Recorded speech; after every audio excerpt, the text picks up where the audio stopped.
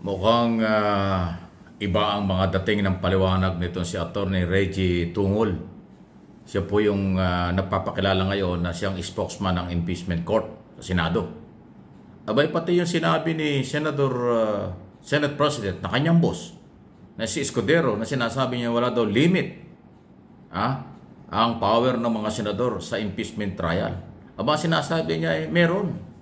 Di ba? So kinukontra niya kagad. Pero kanyang boss yan. Kasi kahit sinong abogado ang nagsabi at nagsasabi na merong limit ang power ng mga senador. Dahil ang saligang batas, huwag kakalimutan, yan ang makapangyarihan sa lahat. Tapos itong abogadong ito na spokesman ay parang meron pang paninising ginagawa ngayon sa mga prosecutor. Pakinggan nga ninyo. Pakinggan po natin itong mga sinasabi nitong bagong tagapagtanggol na ito o tagapagsalita, by the way, Attorney Tungol, abogado ng impeachment court. Ayan, pakinggan natin In the impeachment process, we also received on Monday the notice of appearance ad cotelam from the defense lawyers of the respondents. So all of these things we have accomplished in 7 days. So when you see it, there is no foot dragging that has been happening or has been claimed by the parties. We have been expecting the communication from the House of Representatives and the House prosecutors as to the compliance that they have been talking about in the press conference and media releases that they have been doing for the past 3 days. But as of now, 7 days have passed and there is no such formal notice or compliance that has been filed with the impeachment court. And as you can remember, there has also been a notice of appearance that was filed by the House prosecutors last February. However, this has been filed with the Senate as a legislative body. There has been no convening yet by the impeachment court at that time. So I think there has to be a need for them to refile that notice of appearance for the impeachment court to be notified. So all of these things we have been waiting for them to do, but instead of doing what they said they would be doing, they have instead spent their energy criticizing the impeachment court. And this is the first time that I have seen litigants question the court. And for lawyers like us, and I know the new spokesperson, Attorney Buko, is a very experienced litigator as well. So I suggest that they just spend their energy to doing what needs to be done, what needs to be filed, as they say that they will file, and instead of attacking the credibility of the impeachment court.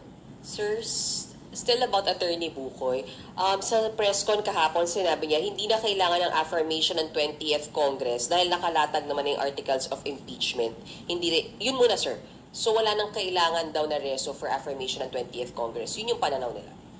As you can read the order of the impeachment court, ang nakalagay po doon, technically, hindi talaga siya affirmation or attestation. Ang nakalagay lamang po doon, communication from the 20th Congress. But how does the 20th Congress officially communicate to the upper house, which is the Senate acting as an impeachment court?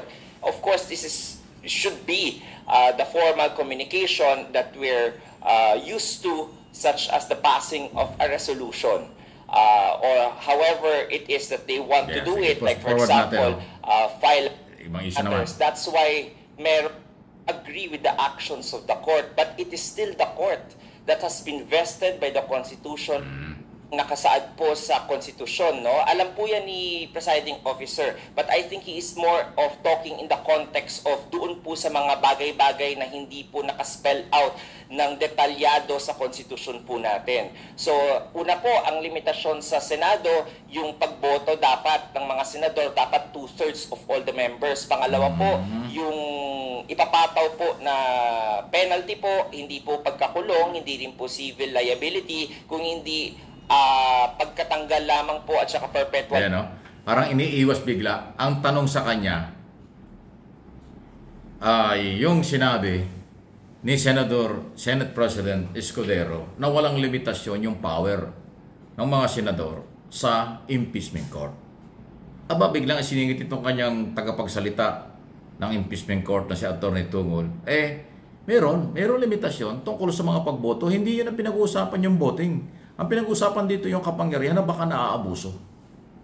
So, kinontra niya yung sinabi ng amo niya na walang limit ang mga senador judge. Pero sinabi niya, meron daw limit, lalo sa pagboto. Ay, hindi nga yun ang pinag-uusapan. Ang pinag-uusapan ay yun yung mga motion, at saka, alam mo na, kung mga ginagawa katulad ng motion for dismissal, hindi yung trabaho ng senador judge. Yung kikipagdebate, huwag naman sanang gawin, pakipag-argumento ng senador judge sa mga abogado ng prosecution at defense counsel, hindi yung trabaho din ng senador judge. Sabi nga ni Senador Juan Ponce Enrile, veteranong senador at abogado, ang trabaho ng mga judge, makinig lang, aralin ang proseso, aralin ang dokumento, aralin ang testigo, yun lang. Pero makipag-argumento, makipag-debate sa mga abogado, ay hindi yung trabaho. Lalo na kung ang gagawin nyo ay mag-move ng dismissal or acquittal ng wala sa lugar, hindi rin trabaho. So yun po. So ngayon po, sa akin tingin dito sa nangyayaring ito, mukhang ang ating isa sa aabangan ay itong mga abogadong nagsasalita ngayon. Mukhang sila magbubungguan nito sa bandang huli. Si Atty. Antonio Cocoy, tagapagsalita ng prosecutors. Ito si Atty. Reggie Tungol, siyang tagapagsalita ng impeachment court. Abay, mukhang ito magbabanggaan bandang huli. Di lalo na ho pag nakilala at pinakilala na yung abogado naman na tagapagsalita ng defense counsel. Ganon din yun. Okay? So, merong magiging tagapagsalita ang prosecution, defense counsel, ang kongreso, meron din si Atty. Abante, ang House, itong impeachment trial, ito nga si Atty. Tungol. So, kaabang-abang ito. Mukhang sila mismo ang magtatalo-talo. Talagang pinadadami, pinahahaba nila ang usapin. Ngayon pa lang, na may July pa or August ang actual na trial, ngayon pa lang mainit na. Kasi may mga kanya-kanyang interpretation itong mga abogadong tagapagtanggol. Okay? Pero ang atin hong susundan ay ang sinasabi ng mga constitutionalist, mga eksperto sa batas, especially sa saligang batas, na iisa ang kapangyarihan. Ang mataas na kapangyarihan ay ang pagsunod sa konstitusyon. Kahit senador judge kayo, kahit presiding officer kayo, kahit sino pa, susunod doon. Hindi pwedeng overpower kayo. Kaya mali, as in mali, yung sinasabing walang limit ang authority o power ng senador judge. Mukhang may problema dyan si Escudero. Okay? So, aabangan natin. Talaga pong nagiging very educational ay itong topic na ito ng impeachment laban kay Sara Duterte. Kung meron lang delikadesa, dapat ho pwedeng mag-resign o pwede kung ano man. Pero ibang dating talagang lalaban sila. Katunayan, kumuha na sila ng 16 na mga abogado na medyo malaki ang bayad dyan kasi mga dikampanilyang abogado yan.